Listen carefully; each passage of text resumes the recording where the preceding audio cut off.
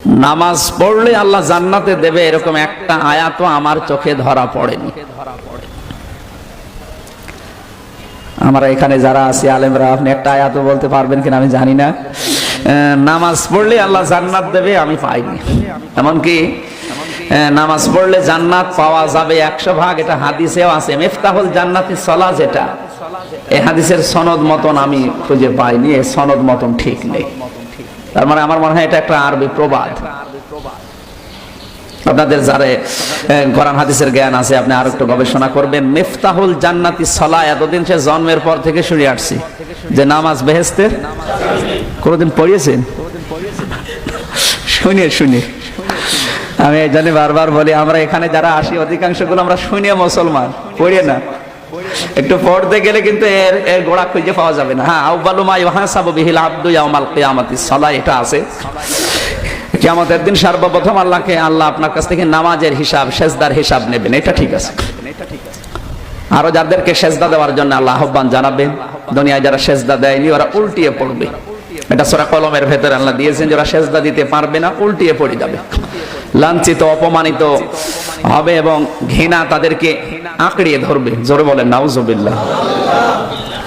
আমরা এখান থেকে যেটা নিতে চাই যে আল্লাহর কাছে আমরা যদি যেতে চাই নামাজ পড়া লাগবে, সেজদা দেওয়া লাগবে, এর বিকল্প আর কিচ্ছু নেই। বান্দা হিসাবে জান্নাত যদি আল্লাহ নাও দেয়, যেহেতু আমরা বান্দা, মালিকের একটা হুকুম যে সেজদা দাও, অসজুদ, সেজদা দাও, অকতারিব, আমার কাছে চলে আস। আল্লাহ চায় যে বান্দা আমার কাছে আসুক। সে আসতে হলে যে মাধ্যমটা, তার নাম সেজদা। তার নাম কি? আপনি এই কপালটা দিয়ে যখন জমিনের উপরে সেজদা লাগান, বোঝাতে চায় আল্লাহ রাব্বুল আলামিন, বান্দা তোমার এই কপালটা একটা কলম। কপাল কি? কপাল আর এই নাকটা কলম, আর এই যে জমিনটা এটা একটা কাগজ। তোমার এই কলম দিয়ে কাগজ নামক এই জমিনের উপরে তুমি নিজে লিখে দিচ্ছ, সেই ফজর থেকে শুরু করে এশা পর্যন্ত 5 বার, যে আল্লাহ আমি কিন্তু তোমার গোলাম, আমি এটা লিখে দিলাম।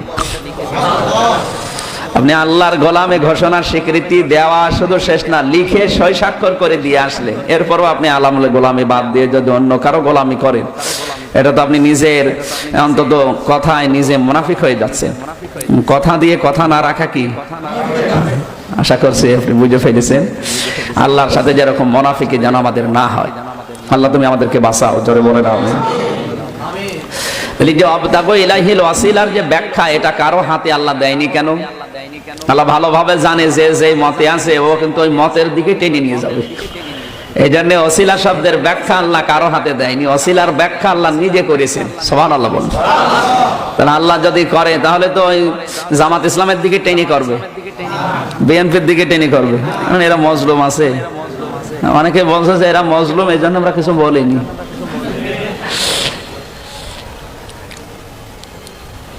সুতরাং এদের দিকে তাকিয়ে না, আল্লাহ রাব্বুল আলামিন তার সব বান্দা তার কাছে সমান।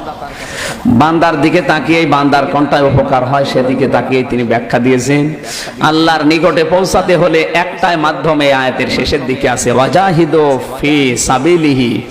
আমার কাছে আসতে চাইলে আমার রাস্তায় সংগ্রাম করা লাগবে, জিহাদ করা লাগবে। আপনি তো সুবহানাল্লাহ বলছেন, কিন্তু এই দেশে তো সমস্যা, কারণ এই শব্দটা আজকে একটা আতঙ্ক বানিয়ে ফেলেছে। জিহাদ শব্দটাকে কিছু মানুষ আতঙ্ক বানিয়ে ফেলেছে, অথচ জিহাদ মানে তো আতঙ্কের বিষয় না। অন্যায় যেখানে, প্রতিবাদ সেখানে, এর নাম জিহাদ। ইসলামী ব্যাংকের যিনি এখন এই যে মগবাজার শাখায় মনে করেন ম্যানেজার আছে, উনি যদি কোনো দুর্নীতি করে, এখানে যিনি সিকিউরিটি গার্ড আছে, উনি যদি যে অন্যায়ের প্রতিবাদ করে, হয়তো চাকরি এখান থেকে ট্রান্সফার করে দিতে পারে, কিন্তু এই প্রতিবাদ করা এটা কি? সবচাইতে বড় জিহাদ, জালেমের সামনে সত্য কথা বলা। আর এটা এখন সবচাইতে বড় কঠিন কাজ হয়ে দাঁড়িয়েছে আমাদের, কারণ আমাদের বাক স্বাধীনতা এখন অধিকাংশেই নেই, আছে অল্প। সম্মানিত ভাইরা, এই জন্য আমাদের চেষ্টা করা লাগবে এই জিহাদ শব্দটাকে আবার তার পূর্বের যে অবস্থানে ছিল ওখানে নিয়ে যাওয়া। জিহাদ যদি হারাম হয়, জিহাদ যদি নাজায়েজ হয়, জিহাদ যদি আতঙ্কর বিষয় হয়, তাহলে বিশ্বনবী 27টা জিহাদে নিজে সেনাপতির দায়িত্ব পালন করেছিলেন। আপনার কাছে কি মনে হয়? আপনি যদি এটাকে বলেন মাইনাস, এই ইসলামের ভেতরে নেই, তাহলে এখন যদি নবীজি এসে এই কাজ করতেন, আপনি তো নবীকেও মাইনাস করে দিতেন। এই জন্য আপনাকে চিন্তার একটা খোরাকি দিলাম। এই শব্দটা আজ যাদের হাতে কলম আছে, আমাদের বিরুদ্ধে যারা আছে, আমাদের শত্রু যারা, আল্লাহ যাদেরকে শত্রু বলে আখ্যা দিয়েছেন, আল্লাহ যাদেরকে শত্রু বলে আখ্যা দিয়েছেন, আপনি জানেন তো তাদের নাম? ইয়া আইয়ুহাল্লাযীনা আমানু লা তাত্তাখিযুল ইয়াহুদা ওয়ান নাসারা আউলিয়া বা'দুহুম আউলিয়াউ বা'দ ওয়া মান ইয়াতাওয়াল্লাহুম মিনকুম ফাইন্নাহুম মিনহুম ইন্নাল্লাহা লা ইয়াহদিল কওমাজ জালিমিন। সূরা মায়েদার 51 নম্বর আয়াতে আল্লাহ জানিয়েছেন, ঈমানদারেরা, তোমাদের জন্য তোমরা কখনো ইহুদি আর খ্রিস্টানদেরকে বন্ধু রূপে গ্রহণ করবা না, কারণ এরা একে অপরের বন্ধু। বা'দুহুম আউলিয়াউ বা'দ, তারা একে অপরের। এই আয়াত থেকে একটা শিক্ষা আমি পেয়েছি, যতক্ষণ পর্যন্ত ইহুদি খ্রিস্টানেরা একে অপরের বন্ধু, সাহায্য সহযোগিতা করবে, ততক্ষণ তাদের সাথে কোনো সম্পর্ক রাখা যাবে না, যদি মুসলিম দাবি করে।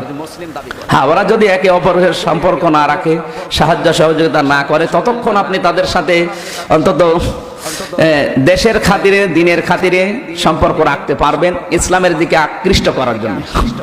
আজ আপনি বিশ্বের দিকে তাকান তো, বিশ্বে যত মানুষ আছে 810 কোটির উপরে, শুধু 175 কোটি মুসলিম বাদ দিয়ে সব বেজাতি যারা, আমরা এক কথায় বেজাতি বলি, কাফের, মুশরিক, ইহুদি, খ্রিস্টান, মাজুসি, বৌদ্ধ যারা আছে, সব কিন্তু এখন এক। শুধু মুসলমান কি করে ধ্বংস করা যায়, ওরা এই জায়গায় এক না? 175 কোটি বাদ দিয়ে বাকি সবাই এক। এই আয়াতের ঘোষণা ছিল বা'দুহুম আউলিয়াউ বা'দ, ওরা যখন একে অপরের বন্ধু হবে, তখন তাদের সাথে সম্পর্ক রাখা যাবে না, যদি আপনি মুসলিম দাবি করেন। ঈমান যদি আছে, এই দাবি করেন যে আল্লাহ আমার ঈমান আছে, তাহলে আপনাকে এই আয়াতটা মানাই লাগবে। এরপরও যদি আপনি না মেনে নেন, আমি আবার বলছি, আপনি তাদের মানতে পারবেন না তা না, যদি ওরা একে অপরকে সাহায্য না করে, সহযোগিতা না করে, তাহলে তাদের সাথে বন্ধুত্ব করা, চলাফেরা করা, সম্পর্ক রাখা, এটা পররাষ্ট্র নীতির আয়াত। যারা পররাষ্ট্র মন্ত্রণালয় চালাচ্ছে, এই আয়াতটা যদি বুঝে চালাতো, আমরা না খেয়ে মরতাম, কিন্তু এই আয়াতটার বিরুদ্ধে আমরা যেতাম না। কথা বুঝতেছেন? এর পরবর্তী শব্দ আমা ইয়াতাওয়াল্লাহুম মিনকুম ফাইন্নাহুম মিনহুম, এর পরেও যদি তোমরা ওদেরকে অনুসরণ করো, ওদের পথ মত বেঁচে চলো, আমি আল্লাহ তোমাদের ওদের মতো বানিয়ে দেব। আজ আমাদেরকে ফিরে ওদের মতোই বানিয়ে দিয়েছে। ওদের অর্থনীতি ব্যবস্থা হচ্ছে সুদভিত্তিক, আমাদেরটাও কি, মানে ওদের মতো ব্যবসা আমরা করি, এজন্য আল্লাহ ওদের মতো আমাদের বানিয়ে দিয়েছে।